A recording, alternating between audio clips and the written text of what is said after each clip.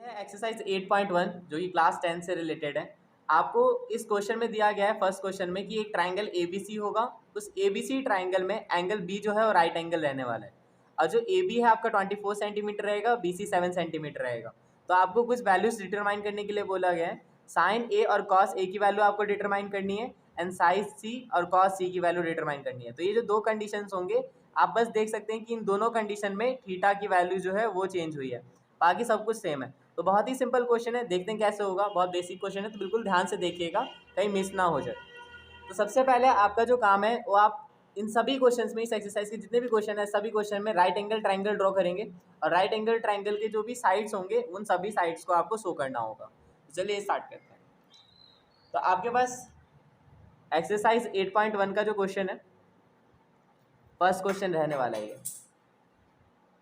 तो first part हम करने जा रहे हैं। उससे पहले हम देख लेते हैं हमारे पास कौन सा ट्राइंगल है ABC, जिसमें से एंगल B पे राइट एंगल है। तो आपको बस इधर A लिखना है, राइट एंगल पे B लिख लें और यहाँ पे C लिख लें।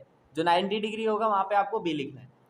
जो भी वैल्यूज़ गिवन है उन वैल्यूज़ को आप साइड में लिख लें। जैसे कि AB जो है वो गिवन है 24 सेंटीमीटर, BC 7 सेंटीमीटर गिवन है। ओके, तो AB को हम लिख लेते हैं 24 सेंटीमीटर एंड BC कितना दिया हुआ है 7 सेंटीमीटर। आप देख सकते हैं राइट एंगल के बिल्कुल ऑपोजिट में जो साइड होता है उसको कहते हैं हम हाइपोटेनियस।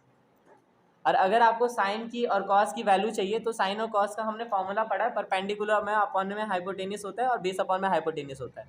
तो यहाँ पे हाइपोटेनियस तो गिवन ही नहीं है, तो आपको हाइपोटेनियस फाइंड करना पड़ेगा। तो हाइपोटेनियस फाइंड करने के लिए आपको क्या करना है, यूजिंग पाइथागोरस थ्योरम। कभी भी राइट एंगल ट्राइंगल में अगर थर्ड साइड फाइंड करना है तो आप पाइथागोरस थ्योरम यूज़ करें, यूजिंग PT पाइथागोरस थ्योरम। तो पाइथागोरस थ्योरम के अकॉर्डिंग हाइपोटेनियस का square is equals to perpendicular का स्क्वायर प्लस बेस का स्क्वायर करना होगा। तो हाइपोटेनियस क्या है, तो हाइपोटेनियस आप देख सकते हैं AC आपका हाइपोटेनियस है, तो आप AC का स्क्वायर लिख लें इज इक्वल्स टू परपेंडिकुलर। तो आप अभी इन दोनों में से किसी को भी परपेंडिकुलर चूज कर सकते हैं क्योंकि अभी हमें थीटा डिटरमाइन नहीं किया गया है। तो आप परपेंडिकुलर AB लिख लें, तो 24 का स्क्वायर प्लस बेस का स्क्वायर। बेस क्या है तो BC मीन 7 का स्क्वायर, तो 7 का स्क्वायर नोट कर लें आप। AC का square, AC is equals to 24 का स्क्वायर कितना होता है तो 576 एंड 7 का स्क्वायर, तो 7 का स्क्वायर होता है 49, 7 7 सा 49। Then AC is equals to under root में 576 प्लस 49, फिर AC is equals to under root में आप जो 576 और 49 को प्लस करेंगे तो आपको 625 मिलेगा। एंड अगर आप रूट से निकालना चाहें इसे तो रूट से निकालेंगे तो 625 रूट से निकल करके 25 में कन्वर्ट हो जाएगा। तो इस तरीके से आपने AC की वैल्यू डिटरमाइन कर दी है जो कि कितने आई है 25 सेंटीमीटर। तो 24, 25 एंड 7 सेंटीमीटर आपके सारे साइड्स आपको मिल चुके हैं। अब हम फटाफट ट्रिग्नोमेट्रिक रेशियो का फॉर्मूला लगाते हैं और बाकी वैल्यूज़ को हम फाइंड कर लेते हैं। तो पहला जो वैल्यू हो आपको साइन A की वैल्यू फाइंड करनी है, साइन A की। तो साइन A का फॉर्मूला होगा परपेंडिकुलर अपॉन में हाइपोटेनियस, जैसा कि हमने इंट्रोडक्टरी पार्ट में फॉर्मूले में देखा था। परपेंडिकुलर अपॉन में हाइपोटेनियस, तो परपेंडिकुलर क्या होगा तो देखिए साइन A बोला गया है।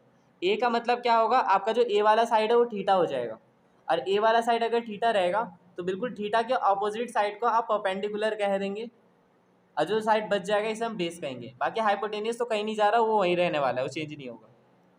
तो परपेंडिकुलर कितना हो चुका है, परपेंडिकुलर है हमारा BC और हाइपोटेनियस क्या है तो हाइपोटेनियस है 25 मीन्स AC।